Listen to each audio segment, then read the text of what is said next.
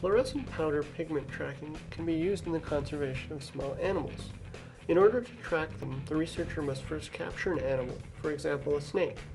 The animal is then painted with the pigment powder. The most common and easiest types to detect are orange, red, and green or chartreuse. This pigment can sometimes be seen on the animal even under natural light. However, the trails they make are detected using UV light, and we can see exactly where in the environment they've gone. These can also be used on rodents and other cryptic creatures that hide or live in burrows or hard-to-access places. It has been used on small ground birds, lizards, and turtles, amongst others. You can see exactly the trail of where they've gone and how they've used their habitat because of this glow. Any items the animal touched or manipulated are marked by the pigment powder, so this form of tracking can actually tell us how an animal used its habitat rather than just where it has gone. It can also show us the ways in which a creature uses the vertical spaces within even a grassland environment rather than just the horizontal space. Importantly, and unlike radiotelemetry, fluorescent pigment powder and a couple of UV flashlights are quite inexpensive.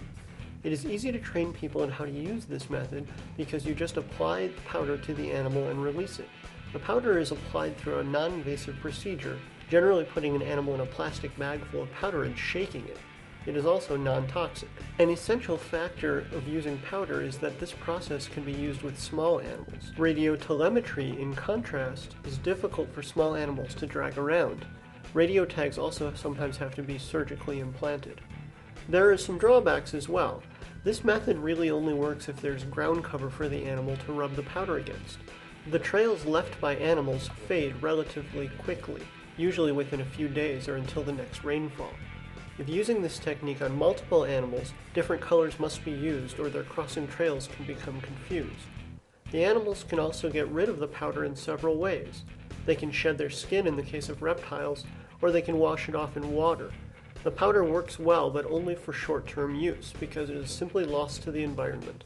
Lastly, while on an animal, bright powder can actually make them more conspicuous to predators. I am interested in turtles, and I was fascinated to learn that this technique has been used on them. I suspect that it probably would be better utilized to study tortoises, however, since they're less prone to suddenly jump in the water and rinse off the powder. I work at Denver Zoo, and we recently tried to capture the nocturnal movements of a bird called a tawny frogmouth by using a movement sensor camera trap. Since this setup was aimed through glass outside of their enclosure, there were some problems. However, using fluorescent pigment powder might be a better technique to use on a cryptic nocturnal zoo animal in order to discover what their nighttime behaviors are like when both the zookeepers and guests are away. We might even be able to discover an animal using enrichment in a way that we didn't expect, since we would be able to detect the powder on any objects that they touched. This could help us to better enrich the animal's life through modifications to the exhibit design or the enrichment provided. I was very surprised and excited to discover that this process was being used. I hope that you also appreciate the idea of powder being rubbed into the downy feathers of woodcock chicks, or are amused by the image of a rodent or snake being gently dredged in a bag of bright powder. Thanks for watching my VideoScribe presentation about fluorescent pigment powder tracking. I learned a great deal about a method I'd never heard of before, and I enjoyed the process of making this video.